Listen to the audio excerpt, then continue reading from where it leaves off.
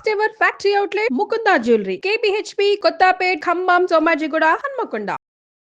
అరిసెలు చేసుకుందాం. అరిసెలే చేసేసుకుందామా?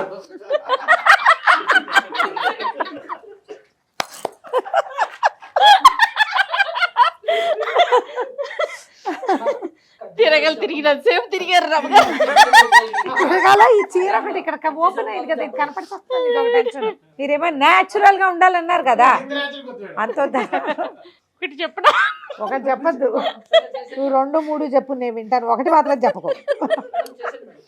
సుమన్ టీవీ ప్రేక్షకులందరికీ సంక్రాంతి శుభాకాంక్షలు. ఇవన్నీ చూస్తే మీకు అర్థమైపోయి ఉంటుంది కదండి. ఏం లేదండి, సంక్రాంతికి మనమంతా అరిసెలు, చెక్కినాలు, అలాగే కజ్జికాయలు, రకరకాల పిండి వంటలు చేసుకుంటాం కదా. ఎప్పట్లాగా కిచెన్లో కాకుండా కొంచెం కొత్తగా, మాకు కొత్తగా ఉండాలి, చూసేందుకు మీకు కొత్తగా ఉండాలి కదా. అందుకే ఈ సెటప్ అంతా వేసుకున్నామండి. సో నాతో పాటు రమ్మగారు కూడా రెడీగా ఉన్నారు. ఫస్ట్ ఏం పిండి వంట చేసి చూపిస్తున్నారు, దానికి అసలు ఏమేం కావాలి, రమ్మగారిని అడిగే తెలుసుకుందాం. రమ్మగారు ఏంటండి, ఏం చేస్తున్నారు? ఏం పిండి వంట చేసి చూపించబోతున్నారు మాకు? బెల్లం వేసుకుని అరిసెలు చేసుకుందాము. ఓ సూపర్. పండక్కి మామూలుగా అరిసెలు చేసుకున్నాం, కొత్త బియ్యం వస్తాయని. అయితే ఇప్పుడు కొత్త బియ్యంతో ఎవరు చేస్తున్నారు?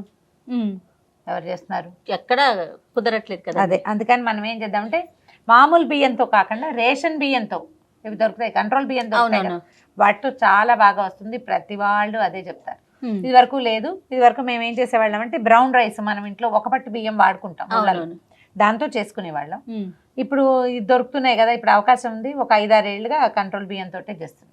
బాగుంటాయండి. బాగుంటాయి అంటే పిండి బాగా వస్తుంది అనమాట. ఓకే, అందుకని అలా చెప్తారు. అయితే పంచదార అరిసెలు, బెల్లం అరిసెలు 2 వేరు రకాలు చేస్తాం. పంచదార అరిసెలు తెల్లగా ఉంటాయి, పళక్కమని విరుగుతాయి. బెల్లం అరిసెలు కొంచెం మృదువుగా వస్తాయి.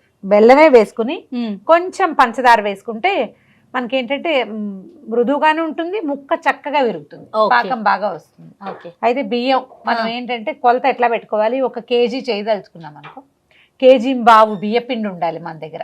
పిండి ఎక్కువ ఉండాలి. ఒక్కొక్కసారి బెల్లంలో పాకం జవుకొస్తే పిండి లేకపోతే ఇబ్బంది పడిపోతుంది. అవును, అందుకని ఎక్స్ట్రా పిండి పెట్టుకోవాలి. ఏ కొలత చేసినా మనం కిలో చేయదలుచుకుంటే 1.5 కిలో బియ్యం కడిగి పెట్టుకోవటం, కాస్త పిండి మిగిలితే ఇంకే దేనికైనా వాడుకుంటాం. పిండి మాత్రం పక్కన ఉండాలన్నమాట. తప్పకుండా కేజీకి కేజీ. ఇప్పుడు మనం 1 కిలో పిండే ఉంటే ఓ 750 గ్రాములు, 800 గ్రాములు అట్లాగే మనం బెల్లం పెట్టుకోవాలి. ఇది అలవాటుగా చేస్తూ ఉంటే అదే వస్తుంది. మొదటిసారి కాస్త అయోమయం అంధకారం లాగా ఉంటుంది, ఏం చేస్తున్నాను రా దేవుడా అని. ఎందుకంటే అరిసెల పాకము దీంట్లో ఉన్న ప్రతిభ అంతా ఒక క్షణంలో ఉంది, ఒకటే క్షణం. ఆ ఒక్క క్షణము దాటిందా చెడిందే, ముందు చేసినా కూడా అంత బాగా రాదు. కరెక్ట్ పాకం రావాలి. అందుకని ఎవరైనా కొంచెం తల నెరిసిన వాళ్ళు, నా పోటీ వాళ్ళు కూడా చాలరు, కొంచెం బాగా తలకాయ నెరిసిన వాళ్ళని పెట్టుకోవాలి. 800 గ్రాములు బెల్లం వేసుకుంటున్నాం మనం. అంటే కేజీ చేయదలుచుకున్నాం కదా. దీంట్లో ఓ 2-3 స్పూన్ల పంచదార వేద్దాం. షుగర్ వేస్తే బాగుంటుంది. ఓకే, తర్వాత నీళ్లు, దీనికి పెద్ద నీటి కొలత ఏమి ఉండదండి, కొంచెం బెల్లం కరగటానికి సరిపడా. ఎందుకంటే మనం ఈ బెల్లాలని నమ్మడానికి వీల్లేదు, పాకం రావాలి కదా. మరి కాసిన నీళ్లు పోసామనుకో ఎంతసేపటికి పాకం రాదు. అందుకని కొంచెం తక్కువగా నీళ్లు, మనం బెల్లం కరిగి దాన్ని వడబోసేందుకు వీలుగా మాత్రమే పోసుకోవాలి నీళ్ళు. ఓకే, మీరు చేస్తారా రమ్మగారు అరిసెలు? అరిసెలు చేస్తాను. ఎక్కువ ఎప్పుడూ చేయట్లేదు జయ. చిన్నప్పుడు అంతా మా పెద్దక్కయ్య వాళ్ళు, అమ్మ వాళ్ళు పాకం ఎవరైనా పెద్దవాళ్ళు పట్టేస్తే పిల్లలు మేము ఎప్పుడు, నేను నూనెలో వేసే పను, నొక్కే పను, తీసే పను, ఉండలు తట్టే పను, ఆ పని చాలా ఏళ్ళు అదే చేశాను. బాగా పెద్దయ్యా కూడా అమ్మ పెద్దక్కయ్యో పాకం దగ్గరుండి చూసేసేవాళ్ళు, ఆ తర్వాత చేసేవాళ్ళం. సొంతంగా చేసుకోవటం మొదలెట్టాక అలా 10 కేజీలు 5 కేజీలు చేయటం లేదు. అప్పుడు సేర్లు లెక్క 5 సేర్లు అట్లా చేసేవాళ్ళు. బోల్డెన్ అరిసెలు పిండి కొట్టించి మరీ చేసేవాళ్ళు, కొట్టించేవాళ్ళు. పిండి అంటే ఇప్పుడు ఇది కనుక మనం ఈ బియ్యం నానబెట్టుకుంటాం, ఈ నానబెట్టిన తడి బియ్యంతో అరిసెలు చేసుకోవాలి. నానబెట్టిన బియ్యాన్ని మనం గిర్నీలో కనుక తడి బియ్యం పట్టిస్తే చాలా మృదువుగా వస్తాయి, బాగా వస్తాయి. మిక్సీలో కూడా చేసుకోవచ్చు, మనకు అంత అవకాశం లేదనుకోండి ఇంకా మిక్సీయే గతి. తడి బియ్యం పట్టడానికి మనకు దొరుకుతున్నారు రమ్మగారు, పిండి మరలు ఉంటున్నాయి. దొరికితే మంచిది, సంతోషం. దొరకని పక్షంలో మనం ఇంట్లోనే పిండి గ్రైండ్ చేసేసుకోవటం. ఇది ఎట్లా చేయాలంటే టైం ఎక్కువ ఇవ్వకూడదు. పిండి గ్రైండ్ చేసేసుకోవటం, జల్లించేసుకోవటం. ఆ తడి పిండి ఆరిపోకుండా దాని మీద ఒక తెల్లటి బట్ట పిండేసి దాని మీద పిండి మీద వేసేయాలి. పిండి ఆరిపోయిందంటే అరిసెలు సరిగా రావు, అవును, పాకం రాదు. ఎప్పుడు అరిసెకి ఒంటరి పట్టున మొదలు పెట్టకూడదు. మాలాగా ఇద్దరు కూడా కాదు, ముగ్గురు కనీసం ఉండాలి. మూడో మనిషి ఉంటేనే అరిసె బాగా కుదురుతుంది. అంటే సినిమాటిక్ గా చేసేయటము అంటే ఒకళ్ళ ఇద్దరే చేస్తామనుకోండి, అంత బాగా రాదు, సరిగా కుదరదు కూడా. కొంచెం ఇల్లంతా కూడా ఆగమవుతుంది. తాపీగా కూర్చొని కదరమ్మ గారు. అవును. కొంచెం ఊళ్ళల్లో ఏం చేస్తారంటే పాకం పట్టేస్తే ఒక 5-6 కలిసి చేసుకుంటారు.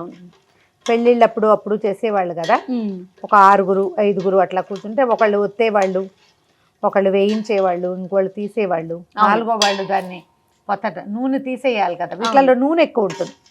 ఈ నూనె తీసే ప్రోగ్రామ్ పెద్ద ప్రోగ్రామ్ అన్నమాట. నేతర్సులు కూడా చేసుకుంటాం కదండి. నేతర్సలు కూడా చేసుకోవచ్చు. అంటే ఈ పెట్టిన నూనెలో మా ఇంట్లో చాలా పాడుండేది కానీ జయ, నా చిన్నప్పుడు ఎప్పుడు నేతితోటి వంటకాలు మేము చేసేవాళ్ళం కాదు. మా అమ్మ అంత నెయ్యి వేసేది అరిసెల నూనెలో తప్ప, పొరపాటును కూడా నెయ్యి జబ్బు అని ఒక డౌట్. కాగిన నెయ్యి అంత మంచిది కాదనుకో. మామూలు అరిసె తిన్నప్పుడు అరిగినంతగా తేన్పులు వస్తానే ఉంటాయి. అరగవు. బెల్లం కరిగిపోయింది జయ, కొంచెం ఇసుక ఉండేందుకు అవకాశం ఉంది.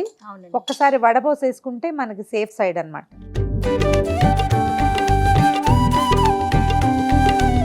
పెద్దగా లేదు కానీ మన తృప్తి కోసం. ఇదిగో ఓ గిన్నెలో ఉందండి. ఒకసారి కడిగేసి మళ్ళీ పాకం పెట్టుకోండి. అట్లా మళ్ళీ స్టవ్ వెలిగించడం, ఈ వడపోసిన పాకాన్ని పోసేద్దాం గిన్నెలో.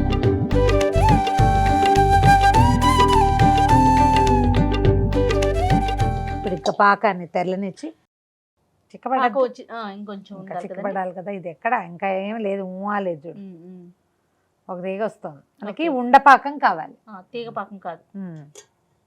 ఇలా చెక్ చేసుకుంటాం కదండి నీళ్ళల్లో. నీటిలో చెక్ చేసుకోవచ్చు. ఇంకొంచెం రావాలిగా ఇది.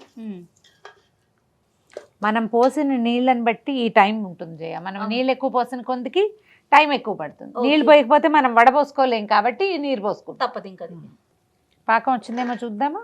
చూడండి, దగ్గరకు వచ్చేసినట్టు కనపడుతుంది చూడు.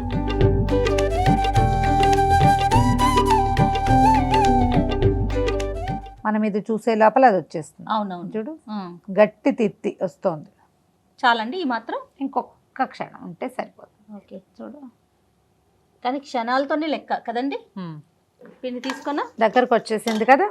ఒక కొంచెం నెయ్యి, 1 స్పూను లేదా 2 స్పూన్లు నెయ్యి వేయటం. సిమ్లో పెట్టుకోండి పొయ్యి. తర్వాత ఏలక పొడి 1 స్పూను 2 స్పూన్ల ఏలకల పొడి వేసుకోవటం. స్టవ్ సిమ్లో పెట్టి పిండి పోసేది. కలుపుతావా?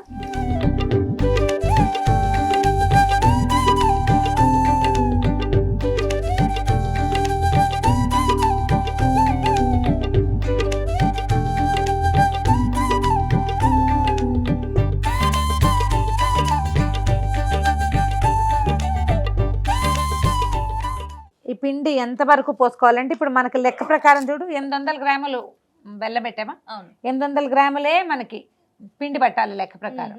ఒక్కోసారి ఒక చారెడు ఎక్స్ట్రా పడుతుంది బెల్లం తాలూకు జవుకుని బట్టి. అందుకని మనం కరెక్ట్ కొలత పెట్టుకున్నాం అనుకో, ఇంతకి ఇంత అని, అప్పుడు లూజ్గా అయిపోతుంది. అప్పటికప్పుడు బియ్యం నానటం, పిండి పోసుకోవడం చాలా కష్టం అవుతుంది. ఎప్పుడు కూడా ఒక 1/2 కిలో కంటే ఎక్స్ట్రా మన దగ్గర పక్కన తడి పిండి ఉంచుకోవాలి. ఇది ఎట్లా అంటే ఈ గరిటెల నుంచి ఆగి పడాలి. అట్లా అది కరెక్ట్. ఇది కరెక్ట్ పాళం.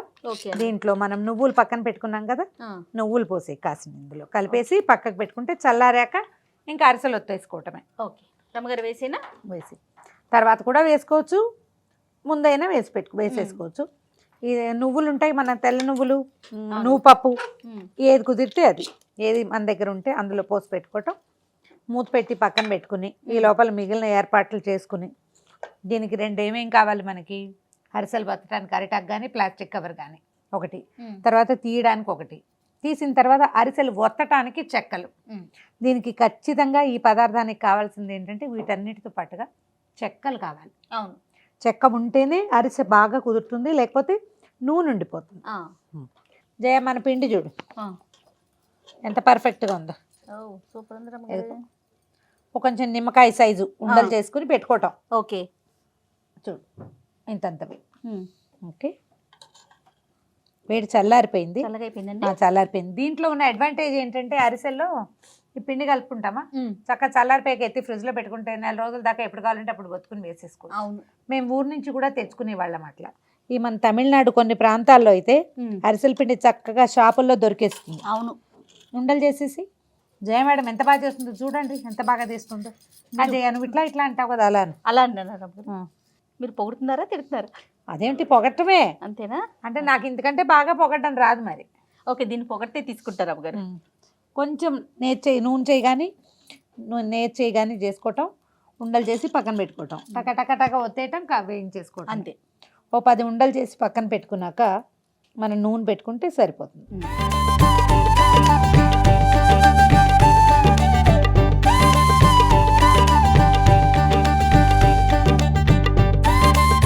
నూనె కాగిపోయింది జయ. ఓకే అండి. మీడియం ఫ్లేమ్లో ఉంచుకుందాము.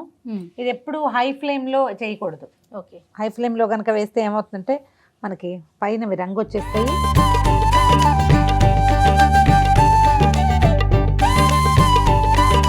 పూరీలాగా వచ్చేస్తాయి జయ పైకి. ఇది పూరీలాగా పొంగితే మనకి బాగా పిండి పాళం కరెక్ట్గా వచ్చినట్టు. ఓకే. అవి ఎంత పొంగితే అంత బాగుంటాయి. అరిసెలు మెత్తగా ఉంటేనే బాగుంటాయి రమ్మగారు, నాకైతే అట్లా నచ్చుతుంది టేస్ట్. మీకు అండి? అంటే మెత్తగా అంటే కొంచెం కరకరలాడాలని ఉంటుంది. ఓకే. మన అలవాటు. కొంతమంది గట్టిగా చేసుకుంటారు, అవి బాగున్నాయి అనుకుంటారు వాళ్ళ టేస్ట్ని బట్టి. వాళ్ళకి కరకరలాడితే ఇష్టము. చూడు మంచి రంగు వచ్చాక దీన్ని మామూలుగా ఏంటంటే అరిసెలకి ఒక ప్రత్యేకమైన గరిటెలు ఉండేవి జయ, ఫ్లాట్గా ఉంటాయి. ఓకే. అయితే ఫ్లాట్ గరిటెలతోటే ఇది రాదు మనకి. ఏదో ఒక గరిటె మన వెసులుబాటు ఉంటే పాతకాలంలో లాగా మన దగ్గర మంచిది. దీన్ని ఒత్తేసేయాలి, నూనెలో ఒత్తేసి అప్పుడు మనం చెక్కలు పెట్టుకుంటాం కదా, అవును, వాటి మీదకి ట్రాన్స్ఫర్ చేసుకోవాలి. ఈ అరిసె చెక్కని ఒత్తటం చాలా ఇంపార్టెంట్. ఒత్తేసరికల్లా ఏమవుతుంది చూడు, అట్లా షేప్ వస్తుంది కరెక్ట్గా. అవును. తర్వాత నూనె ఎక్స్ట్రా ఏది ఉందో అది బయటకు వచ్చేస్తుంది అన్నమాట. ఒత్తాక దాన్ని తీసి అలాగా పక్కకు పెట్టేసుకోవటమే. ఓకే.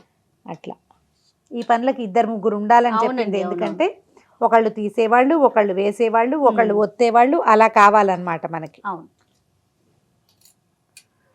ఇందులో చూడు నూనె ఉండిపోతుంది. మా చిన్నప్పుడు పెళ్ళిళ్ళల్లో అరిసెలు ఇచ్చేవాళ్ళు కదా, ఆ అరిసెల డబ్బాల్లో అడుగున అలా నూనె ఉండిపోవటం చూసేవాళ్ళం అనమాట. దీనికి ఏంటంటే మెథడ్ ఒత్తటమే బెస్ట్ మెథడ్. ఓకే. ఒత్తేసాక దాన్ని తీసి పక్కకు పెట్టేసుకోవటం. ఇది చూడు ఎట్లా వచ్చిందో అలా వచ్చేస్తుంది.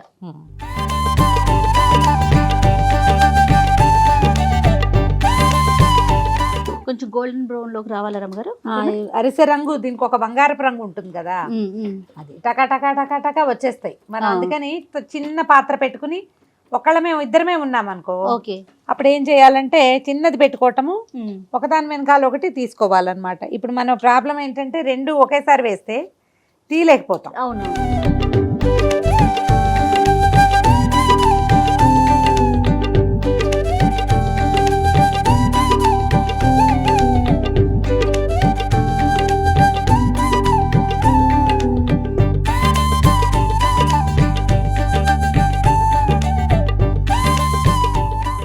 సో చూసారు కదండి, స్క్రీన్ మీద మాత్రం మేము ఎదురుగా కనిపిస్తున్నాం, మా వెనకాల అంటే క్రూ అంతా వర్క్ చేసింది అరిసెలు చేయడానికి. మీరు కూడా మీ కుటుంబంలో ఫ్యామిలీలో ఎంతమంది ఉంటే అంతమందిని వాడేసేయండి. పిల్లలతో జాగ్రత్త, చక్కగా అరిసెలు చేసుకోండి. ఈ సంక్రాంతి పండుగను ఎంజాయ్ చేయండి.